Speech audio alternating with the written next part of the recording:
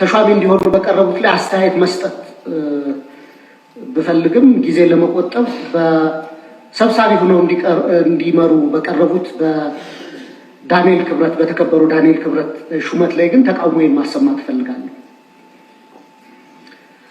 አንደኛ የተከበሩ አቶ ዳንኤል ክብረት የሃይማኖት መምህር ሆነው ረጅም ጊዜ እናቃቸው ናቸው። ለአንዳንዶቻችን በወጣትነት ጊዜያችን ጽሁፋቸውን እያነበብነ የተማርንባቸው እንዳሪያ ምንቆጥራቸው የነበሩ ሰው ናቸው።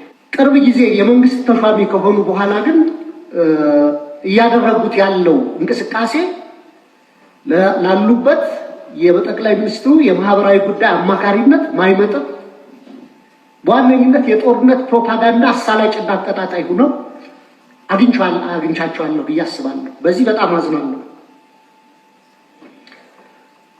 ይህ ጉዳይ ባይዘወይ የኔ ጀጅመንት ብቻ ሳይሆን የአሜሪካ ስቴት ዲፓርትመንትም አደገኛና አሳሳቢ ፕሮፓጋንዳ የሚቀሰቅሱ ብሎ ከዚህ አይነት ድርጊታቸው እንዲታቀሙ ብሎ መግለጫ ያወጣባቸው ናቸው። እሱ ብቻ አይደለም።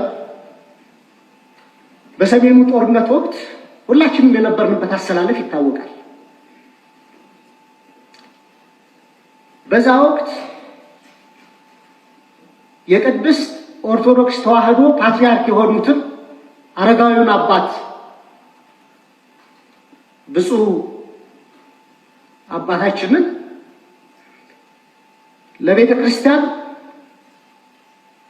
ለምእመኑ ድህነት ለሀገር ደህንነት ስጋት ናቸው ብለው ከአንድ የሃይማኖት መምህር በማይጠበቅ ሁኔታ እኒህን አረጋዊ አባት ከፍ ዝቅ አድርገው በሚዲያ የተናገሩ ስለሆነ ብዙ ኦርቶዶክስ አማኝም በዚህ ስለተከፋ እና የኢትዮጵያ ብሮድካስቲንግ ኮርፖሬሽን ደግሞ የኢትዮጵያ ሕዝብ 10 ብር በየወሩ ከእያንዳንዱ ቤት እየተቆረጠ የሚተዳደር የቴሌቪዥን ጣቢያ ስለሆነ እንደዚህ አይነት አወዛጋቢ ሰዎች በቦርድነት እና በቦርድ አባልነትም በቦርድ ሰብሳቢነትም ከሚመሩት ይልቅ ሁሉንም የሚያስማሙ እኔ ለምሳሌ ዶክተር ጌታቸው ድንቁን